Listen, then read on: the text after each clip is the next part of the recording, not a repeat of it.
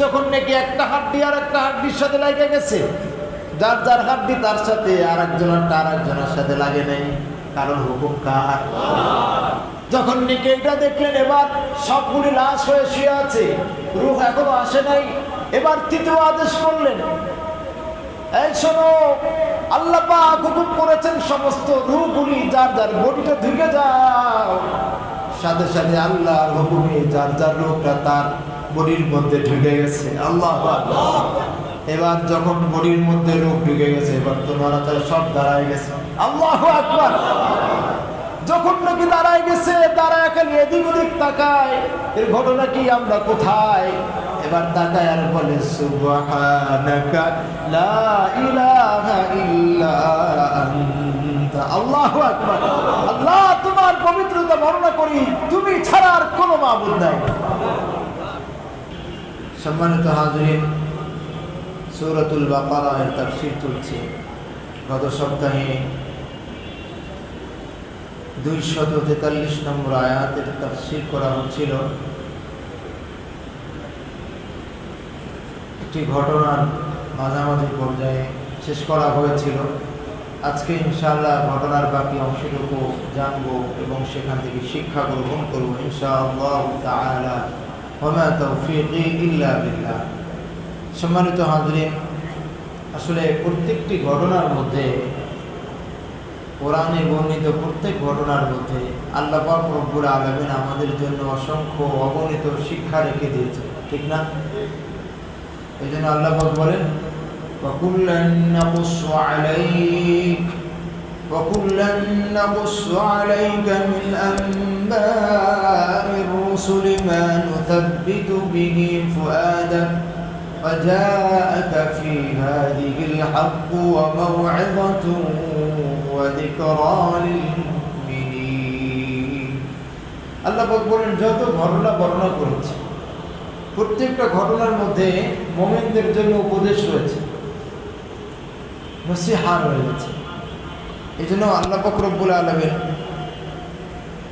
কোরআনের মধ্যে বিভিন্ন জায়গাতে কখনো লম্বা করে, কখনো সংক্ষিপ্তভাবে, কখনো ইঙ্গিত করে ঘটনার আলোচনা করেছেন। সেখান থেকে মূলত আমাদের একটি শিক্ষা উপদেশ নিতে হবে, এটাই হচ্ছে উদ্দেশ্য। গত সপ্তাহে আলোচনা ছিল বনী ইসরাঈলের জামানার কয় হাজার মানুষ, মনে আছে? দেখি আপনাদের মনে আছে কিনা। কয় হাজার? হ্যাঁ, 10,000। মাশাআল্লাহ, 10,000 মানুষ মৃত্যুর ভয়ে পালায়ন করে, প্লেগ রোগে ভয়ে, মৃত্যুর ভয়ে পালায়ন করে তারা দুটি পাহাড়ের মাঝখানে ময়দানে সমবেত হয়েছিল মৃত্যু থেকে বাঁচার জন্য। কিসের থেকে বাঁচার জন্য? মৃত্যু থেকে এই পর্যন্ত কেউ বাঁচতে পারছে? ফেরাউন বাঁচতে পারছে? যদি কেউ বাঁচতে পারতো, ফেরাউন বাঁচতে পারতো, ঠিক না?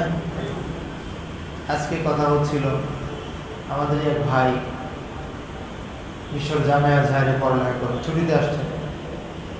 কথা হচ্ছিল, তো বলতেছিলেন, হুজুর,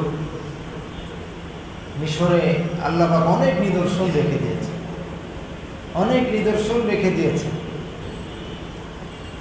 আল্লাহ পাক রব্বুল আলামিন এই জন্য বলেছেন, সিরু ফিল আরদ, জমিনের মধ্যে বিচরণ করো, ফানজুরু কাইফা কানা আকিবাতুল মুজরিমিন, আর দেখো মুজরিম যারা ছিল, অপরাধী যারা ছিল, তাদের দশা কি হয়েছে, পরিণতি কি হয়েছে, এগুলি দেখো, শিক্ষা নাও।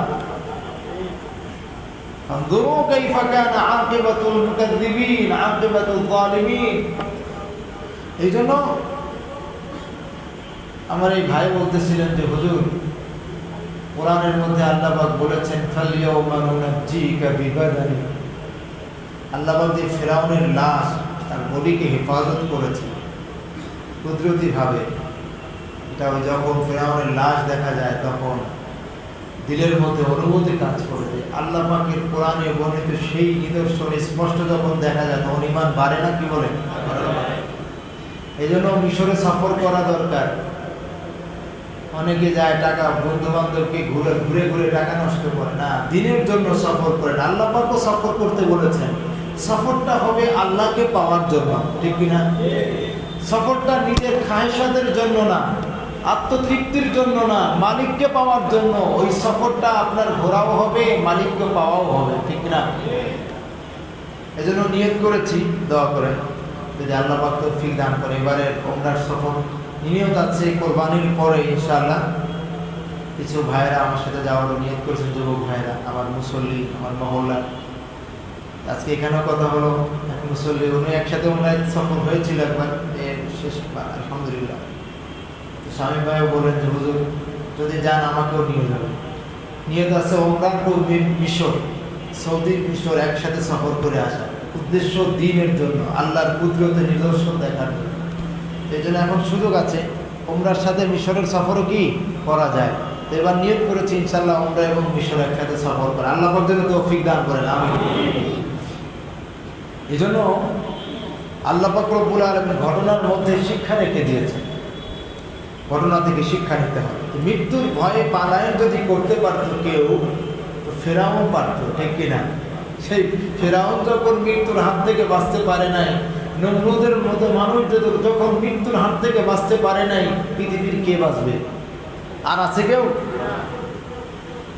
যখন নাকি তারা মৃত্যুর ভয়ে পালায়ন করে দুই পাহাড়ের মাঝখানে চাটিয়াল ময়দান, বড় ময়দানে জমা হয়ে গেল। আল্লাহ পাক রব্বুল আলামিন জগৎবাসীকে বুঝানোর জন্য, আল্লাহর কুদরতকে বুঝানোর জন্য হুকুম করলেন, সবাইকে মরে যাওয়ার জন্য হুকুম করলেন। আল্লাহ পাক বলেন আমি বললাম মতু, মরে যাও। তো ব্যাস সাথে সাথে মারা গেছে। ওসিলা হিসাবে কি ব্যবহার করলেন? আল্লাহ পাক দুই ফেরেশতাকে পাঠিয়ে দিলেন, দুইজন দুই পাশে দাঁড়ায় খালি আওয়াজ লাগাইছে, চিৎকার মারছে। এক চিৎকারে 10,000 জায়গায় খতম, একটা চিৎকারে। সেই ফেরেশতা আল্লাহ পাকের এখনো আছে না নাই? কিসের পাওয়ার? অস্ত্রের কোনো পাওয়ার চলবে? ফেরেশতা চিৎকার মারলে অস্ত্রে কোন দিকে তাক করবেন? ফেরেশতা দেখা যাবে? এই জন্য আল্লাহ পাক রব্বুল আলামিন ফেরেশতার মাধ্যমে আওয়াজ দিয়া ধ্বংস, তাদেরকে সব খতম করে দিলেন। পড়ে গেল মৃত্যু অবস্থা, সব ওখানে পড়ে থাকলো। এখন আশেপাশে এলাকাবাসী চিন্তা করলো 10,000 মানুষ কেমনে দাফন কাফন করবো, একটি প্রাচীর দিয়ে ঘেরাও করে দিয়ে দেবো, যা এখানে থাক। তো ওখানে স্বাভাবিক নিয়ম অনুযায়ী মাটির সাথে মিশে গেল, পচে গলে শেষ হয়ে গেল, হাড্ডিগুলি আছে কোনো। বেশ কিছু বছর পরের কথা, বনী ইসরায়েলের জামানার একজন নবী হযরত ইসমাঈল আলাইহিস সালাম, তিনি ওখান থেকে যাচ্ছিলেন। যাওয়ার পথে যখন দেখলেন কিরে কতগুলি হাড্ডি, 10,000 মানুষের হাড্ডি, কি কম নাকি? 2-4টা নাকি? অনেক। দেখে বিস্মিত হয়ে গেলেন, ঘটনা কি? তো এটা দেখে আল্লাহ পাকের কাছে একটা আবেদন করলেন, আল্লাহ তুমি তো সব কিছুই পারো, ইন্নাকা আলা কুল্লি শাইইন কাদির, তুমি সব কিছুই পারো। ইন্নামা আমরুহু ইযা আরাদা শাইআন আইয়াকুলা লাহু কুন ফায়াকুন, তুমি তো কুন ফায়াকুনের মালিক। আল্লাহ এদেরকে একটু জীবিত করে দাও না। আল্লাহু আকবার। আল্লাহর নবী ফরিয়াদ করেছেন, আল্লাহ পাক তার ফরিয়াদকে কবুল করেছেন। সুবহানাল্লাহ। আল্লাহ পাক রব্বুল আলামিন ফরিয়াদ কবুল করে বললেন, ঠিক আছে তুমি এবার আদেশ করো হাড্ডিগুলিকে এক জায়গায় হওয়া, যেখানে যে হাড্ডিটা ছিল, যার সাথে যার জোড়া ছিল, সেখানে যেন একত্রিত হয়ে যায়, আমার পক্ষ থেকে আদেশটা করে দাও। আল্লাহু আকবার। সাথে সাথে হযরত ইসমাঈল আলাইহিস সালাতু ওয়াস সালাম 10,000 মানুষের এই হাড্ডিগুলিকে লক্ষ্য করে বলল, শোনো আইয়াতুহাল ইযামুল বালিয়া, হে পুরাতন হাড্ডিগুলি শোনো, ইন্নাল্লাহা আমারাকি আন তাজতামিঈ, আমার মালিক, আমার খালিক, আমার রব আদেশ করেছেন তোমাদেরকে একত্রিত হওয়ার জন্য, যে যেই জায়গায় ছিল সেইখানে জমা হওয়ার জন্য আদেশ করেছেন। আল্লাহু আকবার। আল্লাহ পাক রব্বুল আলামিন এই ঘটনা দ্বারা এটা বুঝাইতে চান, যারা কিয়ামতকে বিশ্বাস করো না, পুনরুত্থানকে বিশ্বাস করো না, আমি তো সচক্ষে দুনিয়ার জমিনে কিয়ামতে কেমনে পুনরুত্থান করব তা দেখায় দিছি। আল্লাহু আকবার। কাফের মুশরিকরা বলতো ইযা মিতনা ওয়া কুননা তুরাবা ওয়া ইযামান আইন্না লামাবউসুন, আমরা ময়রা হাড্ডি হয়ে যাব, এরপরে আবার আমাদেরকে উঠানো হবে, বিশ্বাস করি না। নাউযুবিল্লাহ। আল্লাহ পাক বলেন বিশ্বাস করবি না তো ঘটনা শোন, আমি কেমন পারি ভালো করে শোন। আমি যা চাই তাই হয়, যেটা বলি সেটাই হয়। সুতরাং গোটা বিশ্বের মধ্যে আমি যা হুকুম করব, ইন্নাল হুকমা ওয়াত তাসাররুফা ওয়াল মাশিয়াতা ওয়াল মুলকা কুল্লাহু লিল্লাহ। আল্লাহ পাক রব্বুল আলামিনের সব টোটাল পৃথিবীর মধ্যে, আসমান আর জমিনের মধ্যে একমাত্র কার হুকুম চলে? আল্লাহ। কার কর্তৃত্ব চলে? কার ইচ্ছার অধীনে সব চলে? টোটাল আসমান আর জমিনের রাজত্ব একমাত্র কার? আল্লাহ পাক রব্বুল আলামিন যখন বললেন যে ঠিক আছে আমি আদেশ করলাম, এবার তুমি বলো, হাড্ডিগুলিকে জমা করতে। সুবহানাল্লাহ।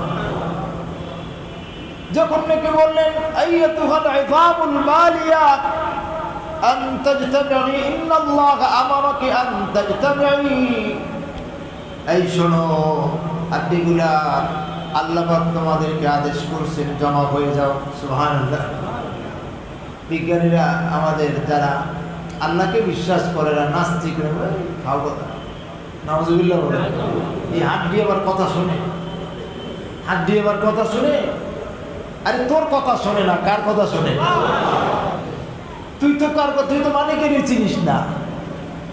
তুই মালিককে চিনিস না, কিন্তু তোর বডি মালিককে চেনে, ঠিক কিনা? তোর হাত মালিককে চেনে, তোর পা মালিককে চেনে, তোর জবান মালিককে চেনে। মালিকের হুকুম ছাড়া তোর একটা কদমও চালাইতে পারিস না, ঠিক কিনা?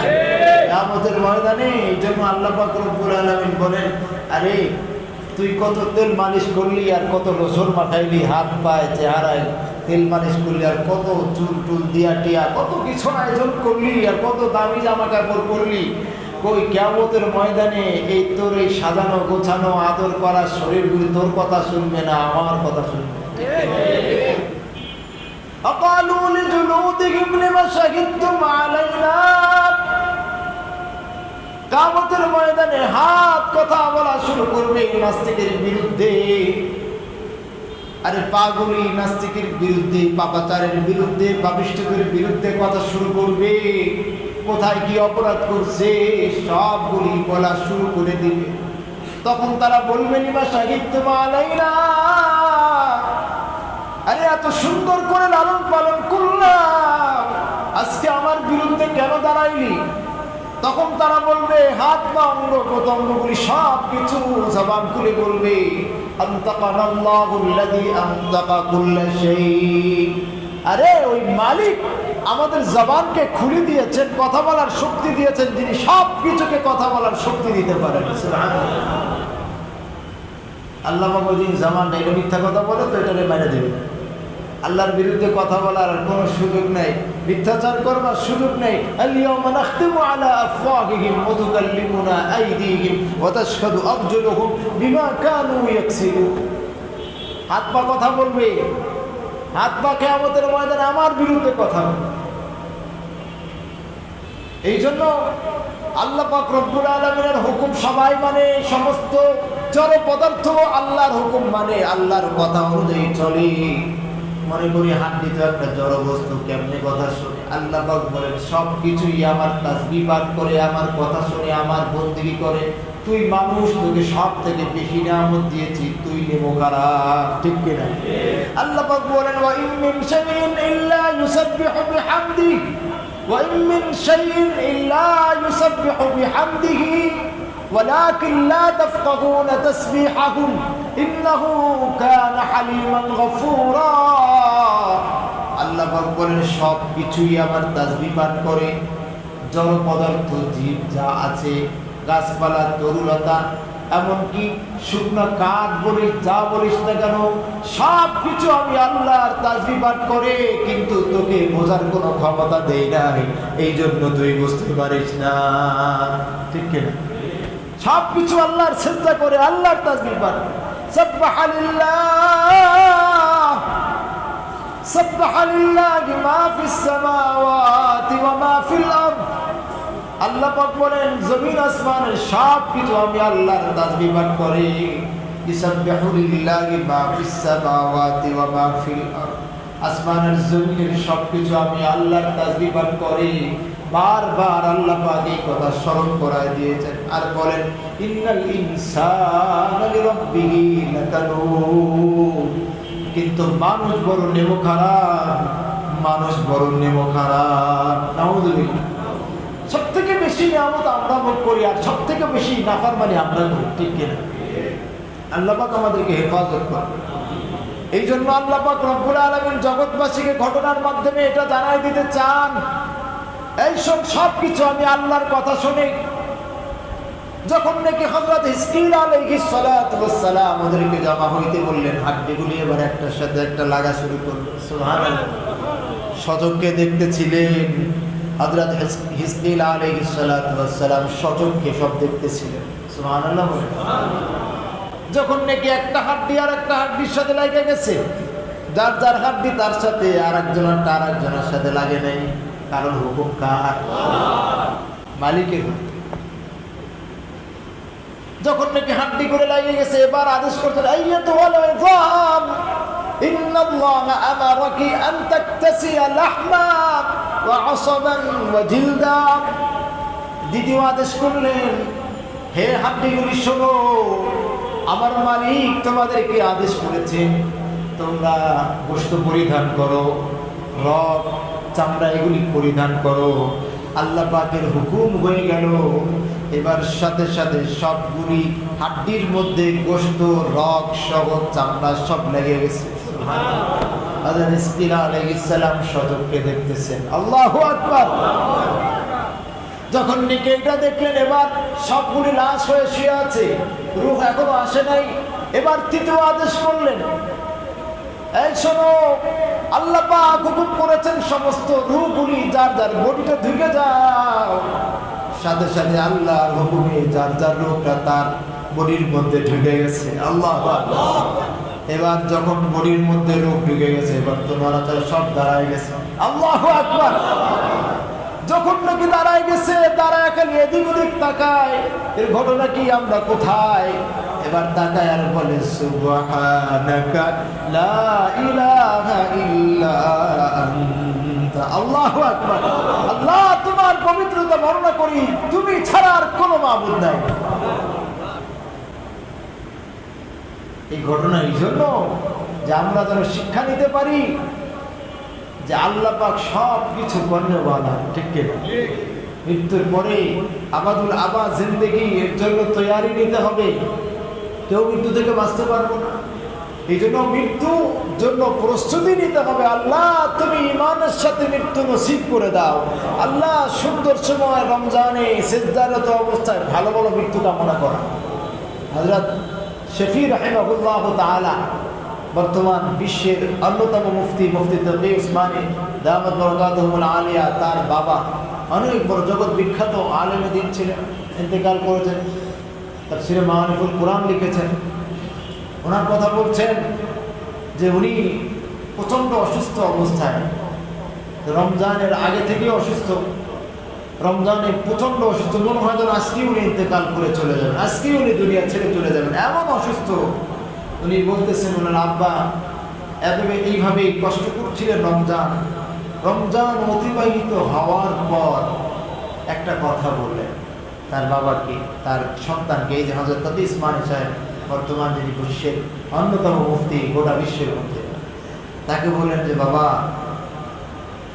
আমার তো মনে হচ্ছিল যে আমার মৃত্যুটা যদি রমজান মাসে হয়ে যায়, আমার দিন যাচ্ছিল, মনে যাচ্ছিল আমি একটু দোয়া করি, আল্লাহ আমার মৃত্যুটা রমজান মাসে যেন হয়ে যায়। কারণ পবিত্র মাহে রমজানে জাহান্নামের দরজাগুলি বন্ধ করে দেওয়া হয়। ওয়াকুল্লিকাত আবওয়াবু জাহান্নাম, জাহান্নামের দরজাগুলি বন্ধ থাকে।